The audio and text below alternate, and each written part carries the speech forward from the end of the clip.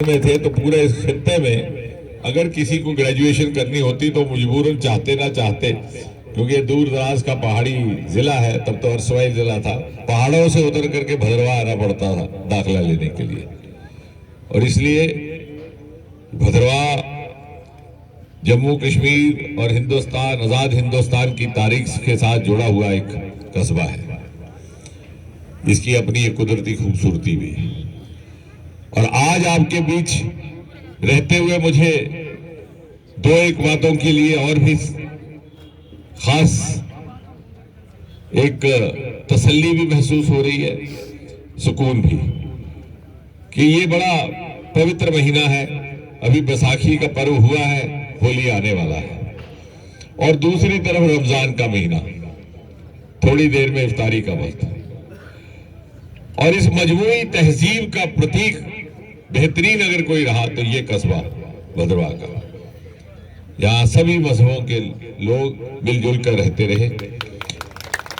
और मैं ये बात आज चूंकि एक सियासी चुनाव है, इसलिए भी आपके जहन में ताजा करना जरूरी समझता हूं कि मोदी जी ने उसी मजमूई तहजीब को प्राथमिकता देते हुए, तरजीह देते हुए सियासी कामकाज कैसे निभाया जाता है वो रास्ता दिखाया है।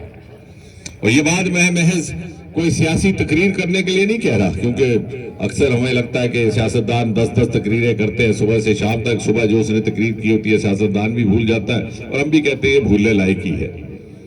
लेकिन जो मैं कह रहा हूं वो ठोस सबूत और प्रमाण के आधार पर। मिसाल के तौर पर जब हमारी बहनों के घर गैस के सिलेंडर बांटे गए तो ये ना पूछा गया कि घर हिंदू का है कि मुसलमान का है। एक भी बहन अगर हाथ खड़ा करके कह दे तो मैं अपनी बात वापस ले लूंगा। पूछा किसी से? जब कच्चे मकान पक्के में तब्दील किए गए तो डीसी साहबान को फरिस्त दी गई और कहा कि कोई मकान कच्चा ना रहे। ये ना पूछा गया कि मकान हिंदू का कि मुसलमान का है, ब्राह्मण का कि ठाकुर का। और ये भी ना पूछा गया कि पिछली बार किस पार्टी को वोट दिया था, और ये भी ना कहा गया कि अगर भारतीय जनता पार्टी को वोट नहीं दिया तो नहीं बनेगा। एक इंसाफ पसंद कामकाज करने का सलीका, एक न्यायपूर्वक कार्यशैली, ये मोदी जी ने इन 10 सालों में कायम करने की कोशिश की है।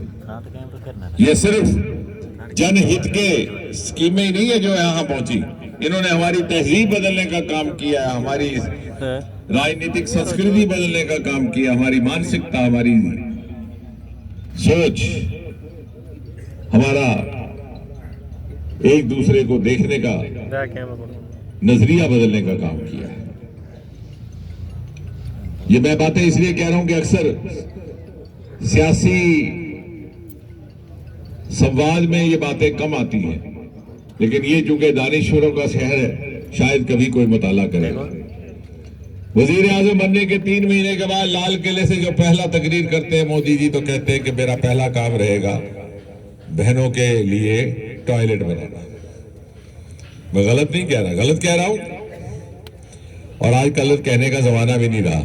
ये हमारे मीडिया के दोस्त, इससे पहले कि मैं अपनी बात मुकम्मल करूं, अपने हाथ से ये जेब से छोटा सा यंत्र निकालते हैं, गूगल दबाते हैं और तस्दीक करते हैं कि सच बोल रहा है कि झूठ बोल रहा है, कि 2014 में यौम आज़ादी के दिन ऐसा कहा भी था वजीर आजम ने कि नहीं। और ये बात इसलिए भी भद्रवा में खड़े होकर के कहनी जरूरी है कि इसी जगह को लेकर के एक बात बड़ी मशहूर हुआ करती थी जब हम कम उम्र थे, कि यहाँ के लीडरान यहाँ पर एक बयान देते हैं, जम्मू में दूसरा देते हैं, दिल्ली में तीसरा देते हैं, और तीनों बयान बिक जाते हैं, और 3 अवाम को ठग लेते हैं और वोट भी बटोर लेते हैं।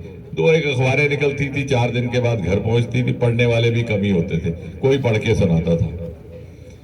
लेकिन आज ऐसा नहीं है। जो मैं बात कह रहा हूं, हमारे दोस्त इसी वक्त मुल्क के कोने कोने तक पहुंचा देंगे, और अगर ऊंच नीच हुई हो तो सारी दुनिया में पहुंचा देंगे, खुदा माफ करे। आज